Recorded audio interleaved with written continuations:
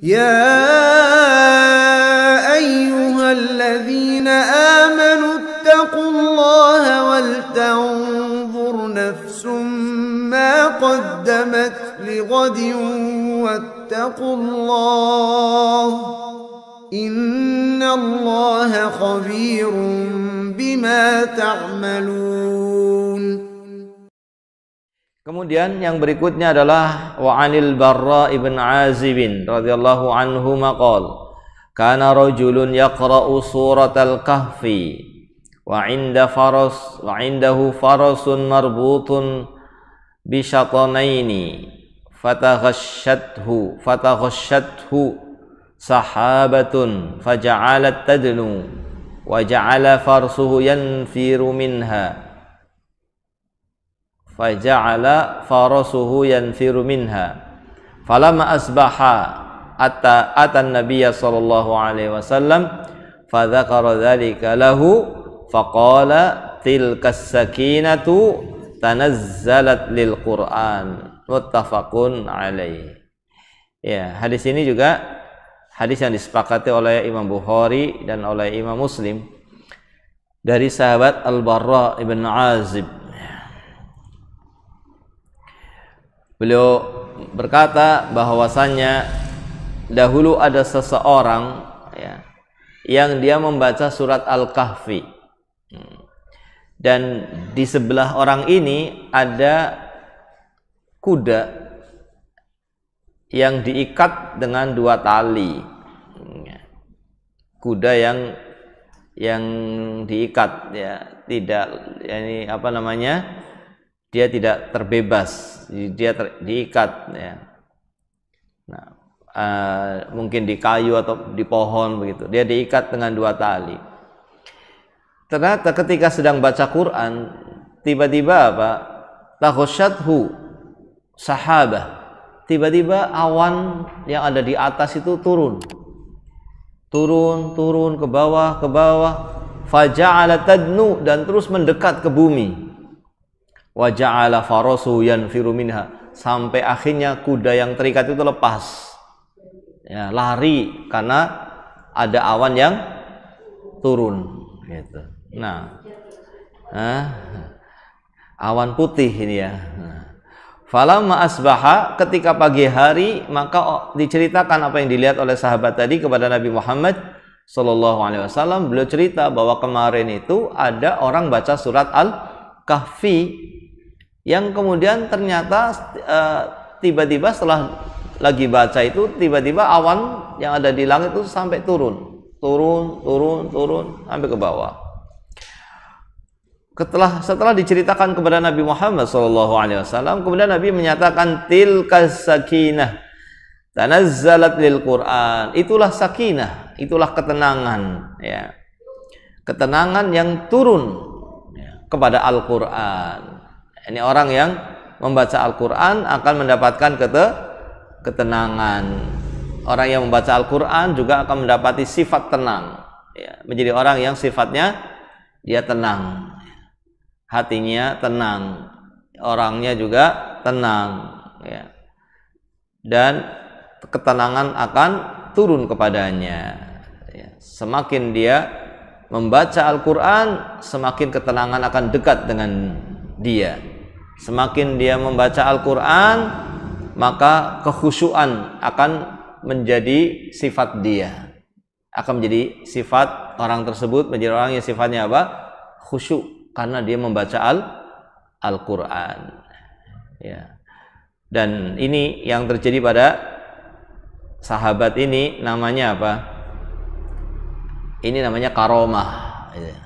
Ini yang disebut dengan karomah. Dan Ahlus Sunnah wal Jamaah mengimani adanya karomah, mengimani adanya karomah yang Allah berikan, Allah jalankan kepada para wali Allah. Wali-wali Allah itu siapa? Orang-orang yang beriman dan bertakwa. Ala inna awliya Allah la khaufun alaihim walahum yahzanun alladzina amanu wa kanu yattaqun, sebagaimana disebutkan oleh Allah Subhanahu wa taala. Ya, tentang wali-wali Allah, mereka siapa? Orang yang beriman dan bertakwa. Dan wali-wali Allah ini Allah berikan kepada sebagiannya itu karomah. Karomah itu kejadian yang di luar kebiasaan. Seperti awan tadi. Awan biasanya di atas, tapi awan itu turun ketika ada orang yang membaca Al-Quran. Dan Nabi mengatakan itulah ketenangan yang turun untuk Al-Quran. Sampai awannya ikut turun. Dan karomah yang ada pada wali-wali Allah itu membenarkan kenabian Nabi Muhammad SAW. Allah buktikan kebenaran Nabi Muhammad SAW di antaranya bukan hanya melalui mukjizat, bukan hanya melalui mukjizat yang Allah turunkan kepada Nabi Muhammad SAW, tapi juga karomah yang Allah jalankan kepada wali-walinya. Karena wali-wali Allah itu orang yang mengikuti Nabi Muhammad SAW. Maka jangan salah paham dengan istilah wali. Wali itu, wali-wali Allah itu orang-orang yang mengikuti Nabi Muhammad, orang-orang yang mengikuti Nabi Muhammad SAW. Sehingga Allah berikan kepada wali tadi yang kalau pada Nabi namanya mukjizat, yang pada wali namanya karomah. Gitu. Sama-sama hal yang di luar kebiasaan. Yang di luar kebiasaan. Kita dapatkan ada kisah-kisah karomah para wali. Misalnya apa? Ada sahabat atau tabi'in yang dengan kudanya bisa nyeberang laut. Makanya mukjizat Nabi Muhammad SAW itu tidak kalah dengan mukjizat para nabi yang sebelumnya. Meskipun tidak terjadi pada Nabi Muhammad SAW, tapi terjadi pada umatnya yang disebut dengan karomah. Kalau di masa Nabi Musa alaihissalam, Nabi Musa diberi mukjizat bisa melewati lautan yang terbelah, gitu kan? Lautan terbelah. Nah, tapi umat Nabi Muhammad SAW tidak perlu lautannya dibelah, langsung naik di atas kudanya dan kudanya berjalan di atas laut menyeberang. Nah, ini karomah yang Allah berikan kepada umat Nabi Muhammad SAW yang menunjukkan kebenaran Nabi Muhammad SAW. Sehingga mukjizat yang pada Nabi sebelumnya terjadi juga ada pada Nabi Muhammad atau pada umatnya SAW. Begitu pula ketika di masa Nabi Ibrahim dibakar dan tidak terkena api, tidak gosong, tidak terbakar, padahal dilemparkan ke api yang besar. Dan itu ternyata terjadi pula pada umat Nabi Muhammad SAW, pada seorang tabi'in yang dibakar di masanya dan tidak terbakar. Ini namanya karomah, tapi ini pada wali, dan wali itu orang yang mengikuti Nabi Muhammad SAW. Karena ada yang salah paham mengistilahkan wali, justru wali itu kalau sudah keluar dari syariat katanya. Kalau sudah nggak sholat itulah wali.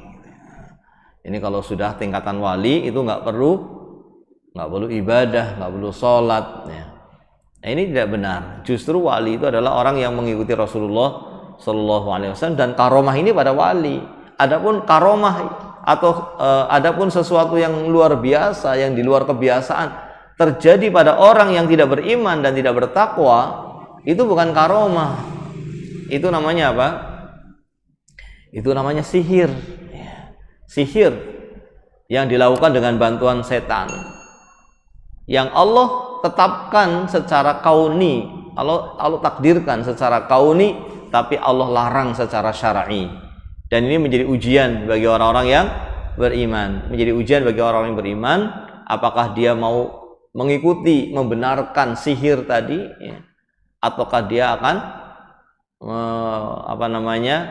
istiqomah di atas agama dan tidak membenarkan, karena sihir itu adalah datangnya dari setan. Sementara karomah itu pertolongan Allah Subhanahu wa taala gitu.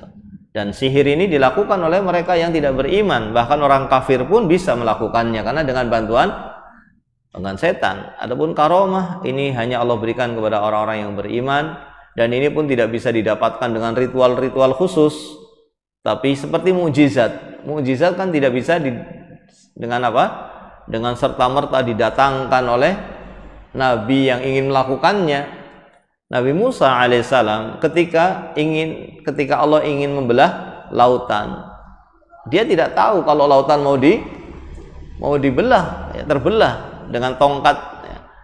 Maka dia tidak melakukan apapun dengan tongkatnya sampai ketika Allah perintahkan untuk melemparkan tongkatnya, barulah beliau lemparkan. Sehingga bukan sesuatu yang beliau ketahui sebelumnya.